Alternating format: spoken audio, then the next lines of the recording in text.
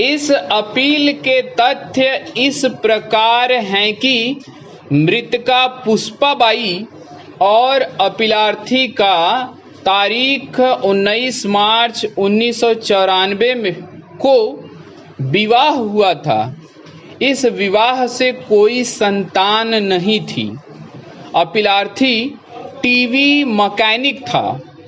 यह अभिकथन किया गया कि अपीलार्थी का उनके मकान के निकट रह रही कुसुम गायकवाड़ नामक एक विधवा के साथ अयुक्त संबंध था।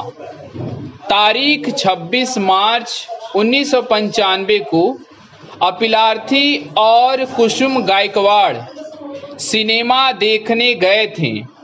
जब वह सायंकाल में घर वापस लौट रहा था तब उसकी पत्नी का उससे कुसुम गायकवाड़ के साथ सिनेमा देखने जाने के लिए आमना सामना हुआ। अपीलार्थी का पुष्पाबाई के साथ झगड़ा हुआ और उसे कि कुसुम गायकवाड़ उसकी जारड़ी है। उसने पुष्पाबाई की पिटाई भी की। अगले ही दिन अर्थात 27 मार्च 1995 को 11 बजे पूर्वाह्न और दोपहर के बीच अपीलार्थी ने पुनः पुष्पाबाई के साथ झगड़ा किया और उसने उसे कहा कि वह कुसुम गायकवाड़ का साथ नहीं छोड़ेगा। पुष्पाबाई द्वारा विवाह विच्छेद की मांग करने पर अपीलार्थी क्रोधित हो गया और उस पर हमला किया। उसके पश्चात उसने अपनी पत्नी पर मिट्टी का तेल छिड़का और माचिस की एक तिल्ली जलाकर उसे आग लगा दी। पुष्पाबाई को उसके चेहरे, वक्षस्थल, उदर, दोनों हाथों और टांगों पर गंभीर दाह क्षतियां पहुंची। उसे उपचार के लिए अस्पताल ले जाया गया, जहां तारीख 31 मार्च 1995 को क्षतियों के कारण उसकी मृत्यु हो गई। पूर्वोक्त घटना की इत्तिला मायो पुलिस बूथ नागपुर द्वारा अन्वेषक अधिकारी उप निरीक्षक मधुकर गीते अभिनिर्धारित साक्ष्य 14 को दी गई।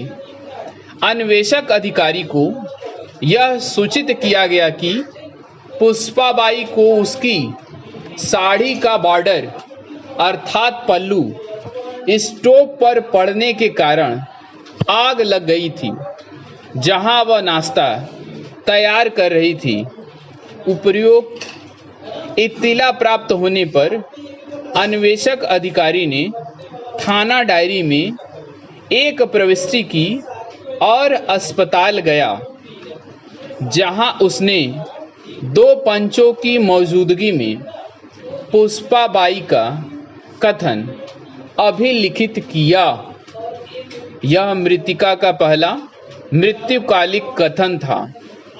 लगभग 1 घंटे के अंतराल में विशेष कार्यपालक मजिस्ट्रेट अभिलिखित साक्ष्य 9 द्वारा पुष्पाबाई का कथन अभिलिखित किया गया। यह दूसरा मृत्युकालिक कथन था। विचारण न्यायालय द्वारा अभियुक्त अपीलार्थी के विरुद्ध भारतीय दंड संहिता की धारा 302 के अधीन आरोप विरचित किए गए। विचारण न्यायालय द्वारा मृतिका के मृत्युकालिक कथनों का अवलंब लेकर अपीलार्थी को अपनी पत्नी पर मिट्टी का तेल छिड़ककर और उसे आग लगाकर उसकी हत्या करने के लिए दोष सिद्ध किया गया। अभियुक्त अपीलार्थी ने पूर्वोक्त निर्णय से व्यथित होकर उच्च न्यायालय के समक्ष अपील फाइल की।